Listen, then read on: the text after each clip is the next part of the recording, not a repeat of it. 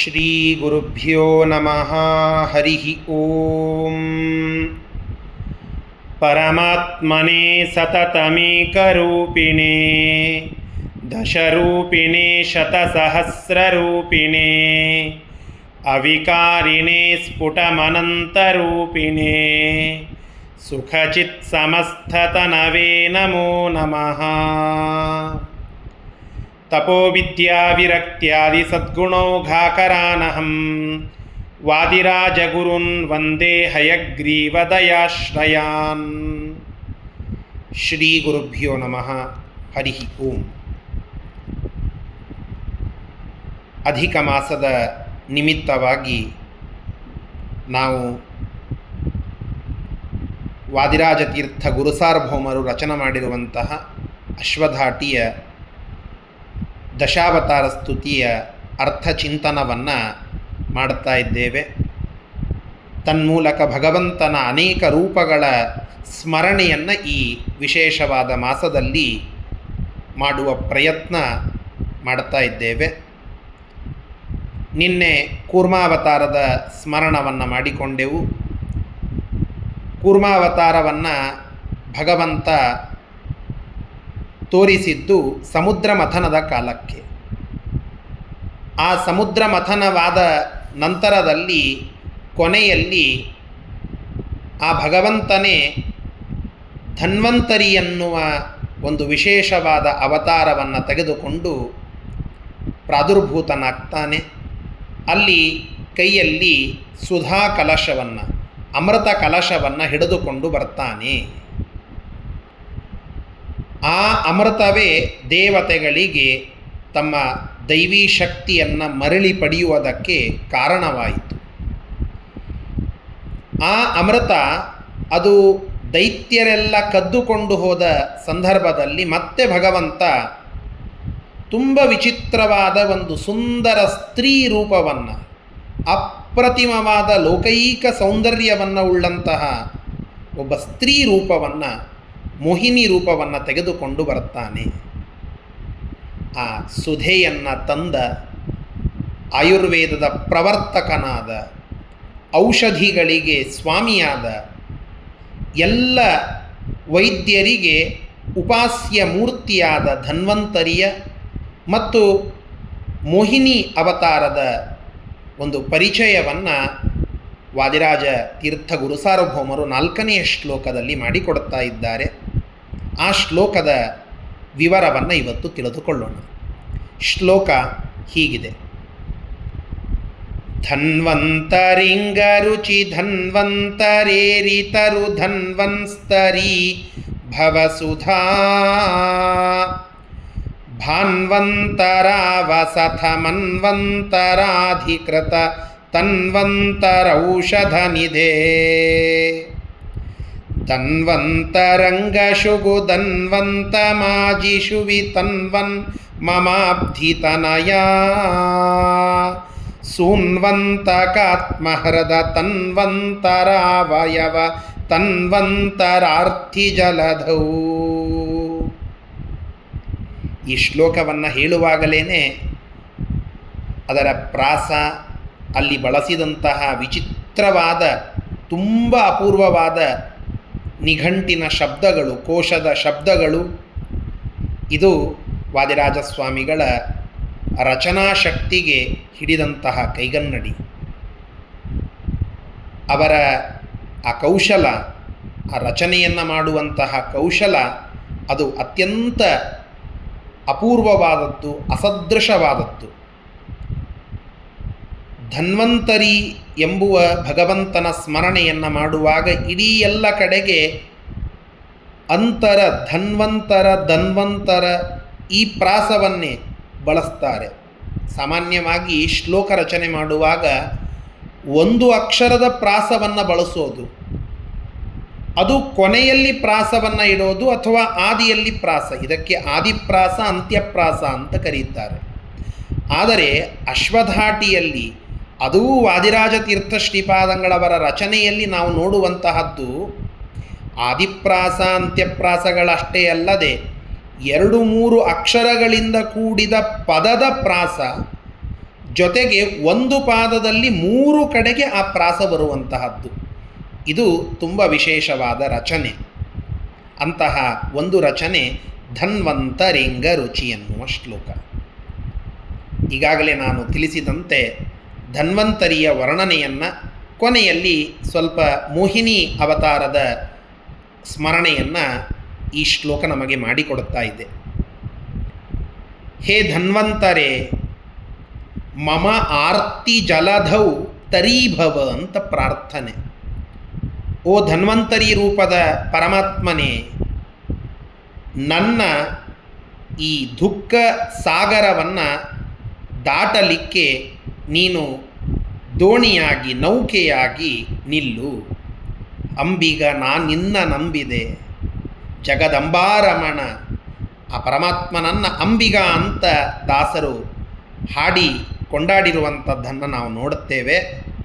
ಅಂಬಿಗ ಆ ಪರಮಾತ್ಮ ನಮ್ಮ ದುಃಖ ಸಾಗರವನ್ನು ದಾಟಲಿಕ್ಕೆ ಅಂಬಿಗ, ನೌಕೆ, ದೋಣಿ, ಈ ನಿಟ್ಟಿನಲ್ಲಿ ತರೀಭವ. ಇದು ವಾದಿರಾಜ ತೀರ್ಥರ ಪ್ರಾರ್ಥನೆ. ಎಂತಹ ಧನ್ವಂತರಿ, ಯಾವ ಧನ್ವಂತರಿ ರೂಪದ ಪರಮಾತ್ಮ, ಆ ಧನ್ವಂತರಿ ರೂಪ ಪರಮಾತ್ಮನ ಸ್ಮರಣೆಯನ್ನು ಯಾವೆಲ್ಲ ವಿಶೇಷಣಗಳಿಂದ ಮಾಡಬೇಕು ಅನ್ನುವುದನ್ನು ಶ್ಲೋಕ ತಿಳಿಸ್ತದೆ. ಅಂಗರುಚಿ ಧನ್ವಂತರೇ. ಧನ್ವಂತರಿ ಈ ಶಬ್ದಕ್ಕೆ ಒಂದು ವಿಶೇಷವಾದ ಅರ್ಥ ಉಂಟು. ಧನ್ವಂತರಿ ಅಂತನ್ನುವ ಶಬ್ದ ಇದು ನಮಗೆ ತಿಳಿಸಿಕೊಡುವಂತಹದ್ದು ಸೂರ್ಯ ಅಂತ ಹೇಳಿ. ಅಂಗರುಚಿ ಧನ್ವಂತರೇ, ದೇಹದ ಅಂಗ ಅಂದರೆ ದೇಹ ಕಾಂತಿಯಿಂದ ಸೂರ್ಯನನ್ನು ಹೋಲುವ, ಅರ್ಥಾತ್ ಸೂರ್ಯನಿಗಿಂತ ವಿಶಿಷ್ಟವಾದ ಕಾಂತಿಯನ್ನು ಹೊಂದಿರುವವನೇ. ತನ್ನ ದೇಹದ ಕಾಂತಿಯಿಂದ ಅಪ್ರತಿಮವಾದ ಕೋಟಿ ಕೋಟಿ ಸೂರ್ಯರಿಗಿಂತ ಹೆಚ್ಚಾದ ತೇಜಸ್ಸನ್ನು ಹೊಂದಿರುವ ಹೇ ಅಂಗರುಚಿ ಧನ್ವಂತರೇ, ಸೂರ್ಯನಂತೆ ಇರುವವನೇ. ಅರಿತರು ಧನ್ವನ್.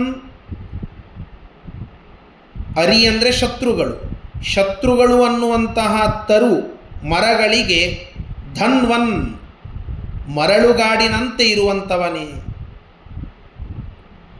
ಆ ಶತ್ರುಗಳಿಗೆ ಸಂಹಾರಕನಾಗಿ ಇರುವಂಥವನು ಅನ್ನುವ ಅರ್ಥ. ಅರಿತರು ಧನ್ವನ್. ಸುಧಾಭಾನು ಅಂತರಾವಸಥ. ಸುಧಾಭಾನು ಅಂದರೆ ಚಂದ್ರ. ಆ ಚಂದ್ರಮಂಡಲದ ಮಧ್ಯದಲ್ಲಿ ವಾಸ ಮಾಡುವವನೇ ಅಂತನ್ನುವ ಒಂದು ಪ್ರಾರ್ಥನೆ. ಧನ್ವಂತರಿ ರೂಪ ಅದು ಚಂದ್ರಮಂಡಲದ ಮಧ್ಯದಲ್ಲಿ ಇರುವಂತಹ ರೂಪ ಅಂತ ಈ ಧನ್ವಂತರಿ ಮಂತ್ರದ ಧ್ಯಾನ ಶ್ಲೋಕವನ್ನು ತಿಳಿಸುವಾಗ ಶ್ರೀಮದಾಚಾರ್ಯರು ಹೇಳುತ್ತಾರೆ. ಚಂದ್ರೌಘ ಕಾಂತಿ ಮಮೃತಾತ್ಮ ಕರೈರ್ಜಗಂತಿ ಸಂಜೀವಯಂತಮಮಿತಾತ್ಮ ಸುಖಂ ಪರೇಶಾಂ ಜ್ಞಾನಂ ಸುಧಾ ಕಲಶಮೇವ ಚ ಸಂದದಾನಂ ಶೀತಾಂಶುಮಂಡಲಗತಂ ಸ್ಮರತಾತ್ಮ ಸಂಸ್ಥಂ. ಶೀತಾಂಶುಮಂಡಲಗತಂ ಅದೇ ವಾದಿರಾಜರ ಪ್ರಯೋಗದಲ್ಲಿ ಸುಧಾಭಾನು ಅಂತರಾವಸಥ. ಚಂದ್ರಮಂಡಲದ ಮಧ್ಯದಲ್ಲಿ ವಾಸ ಮಾಡುವಂತಹ ಹೇ ಧನ್ವಂತರಿ ರೂಪದ ಭಗವಂತನೇ. ಮನ್ವಂತರಾಧಿಕೃತ ತನ್ವಂತರ. ಸ್ವಯಂಭುವಾದಿ ಮನ್ವಂತರಗಳಲ್ಲಿ ಅವತಾರವನ್ನು ಮಾಡಿರುವವನೇ. ಅಂದರೆ ಈ ಮನ್ವಂತರದಲ್ಲಿ ಅಧಿಕೃತ ತನ್ವಂತರ ಅಂದರೆ ಸ್ವೀಕಾರ ಮಾಡಿದಂತಹ ರೂಪವುಳ್ಳವನು. ಕೂರ್ಮಾವತಾರ ಆಗಿತ್ತು. ಆ ಕೂರ್ಮಾವತಾರವಾದ ಮೇಲೆ ಮತ್ತೊಮ್ಮೆ ಆ ರೂಪವನ್ನು, ಧನ್ವಂತರಿ ರೂಪವನ್ನು ಸ್ವೀಕಾರ ಮಾಡಿದ. ಮತ್ತೆ ಮುಂದೆ ಮೋಹಿನಿ ರೂಪವನ್ನು ಸ್ವೀಕಾರ ಮಾಡಿದ. ಹೀಗೆ ಸ್ವಯಂಭುವ ಮನ್ವಂತರಗಳಲ್ಲಿ ಅವತರಿಸಿದಂತಹ ಸ್ವೀಕರಿಸಲ್ಪಟ್ಟ ರೂಪವನ್ನು ಉಳ್ಳಂತಹ ಧನ್ವಂತರಿ ಅಂತ ಒಂದರ್ಥ. ಇನ್ನೊಂದು, ಧನ್ವಂತರಿ ಅನ್ನುವ ಭಗವಂತ ದೀರ್ಘತಮ ಅನ್ನುವ ರಾಜನ ಮಗನಾಗಿ ಮತ್ತೊಮ್ಮೆ ಅವತಾರ ಮಾಡಿದ್ದಾನೆ ಅಂತ ನಾವು ಕೇಳುತ್ತೇವೆ. ಹೀಗಾಗಿ ಆ ಮನ್ವಂತರಗಳಲ್ಲಿ ಸ್ವೀಕಾರ ಮಾಡಲ್ಪಟ್ಟ ಬೇರೆ ಬೇರೆಯಾದ ರೂಪಗಳನ್ನು ಅವತಾರಗಳನ್ನು ಉಳ್ಳವನು ಅಂತ ಹೇಳಿ ಧನ್ವಂತರಿಯ ಸ್ಮರಣೆಯನ್ನು ಮಾಡುತ್ತಾ ಇದ್ದಾರೆ. ಔಷಧ ನಿಧೆ, ಔಷಧಗಳ ನಿಧಿಯಾದಂತಹ, ನಾವೆಲ್ಲ ಔಷಧಗಳನ್ನು ತೆಗೆದುಕೊಳ್ಳುವಾಗ ಆ ವೈದ್ಯರಿಂದ ಔಷಧಗಳನ್ನು ಸ್ವೀಕಾರ ಮಾಡಿ ಅದನ್ನು ನಾವು ಸ್ವೀಕಾರ ಮಾಡುವಾಗ ತೆಗೆದುಕೊಳ್ಳುವಾಗ ಧನ್ವಂತರಿಯ ಸ್ಮರಣೆಯನ್ನು ನಾವು ಮಾಡಬೇಕು ಅಂತ ಹೇಳುತ್ತಾರೆ. ಆ ಧನ್ವಂತರಿಯ ಸ್ಮರಣೆ ಮಾಡಿದರೆ ಯಾವ ರೋಗವೂ ನಮಗೆ ಬರುವುದಿಲ್ಲ. ದೇವಧನ್ವಂತರಿ ಆವ ರೋಗವು. ಗೋಪಾಲದಾಸರು ಹಾಡಿ ಕೊಂಡಾಡ್ತಾರಲ್ಲ, ಆವ ರೋಗವೋ ಎನಗೆ ದೇವಧನ್ವಂತರಿ, ಸಾವಧಾನದಿ ಕೈಯ ಪಿಡಿದು ನೀ ನೋಡಯ್ಯ. ಆ ಭಗವಂತ ಧನ್ವಂತರಿ ರೂಪ ಎಲ್ಲ ವೈದ್ಯರಲ್ಲಿ ನಿಂತು ನಮ್ಮ ರೋಗಗಳನ್ನು ಕಳೆಯುವಂತಹ ರೂಪ. ಔಷಧಿಗೆ ಅದೊಂದು ಜಡ, ಆ ಔಷಧಿಗೆ ಶಕ್ತಿಯನ್ನು ಕೊಟ್ಟು ಆ ಔಷಧಿಯಿಂದ ನಮ್ಮ ರೋಗ ಅದು ನಿವಾರಣವಾಗುವಂತೆ ಮಾಡುವುದು, ಆ ವೈದ್ಯರಿಂದ ಆ ಔಷಧ ಸಿಗುವಂತೆ ನಮಗೆ ಮಾಡುವುದು ಧನ್ವಂತರಿ ರೂಪ. ಆಯುರ್ವೇದದ ಪ್ರವರ್ತಕ ಧನ್ವಂತರಿ ಅಂತ ನಾವು ಕೇಳುತ್ತೇವೆ. ಅಂತಹ ಧನ್ವಂತರಿ ರೂಪ ಎನ್ನ ಭಾಗದ ವೈದ್ಯ ನೀನೆಯಾದೆ ಅಂತ ಗೋಪಾಲದಾಸರು ಹಾಡಿ ಹೇಳುತ್ತಾರಲ್ಲ.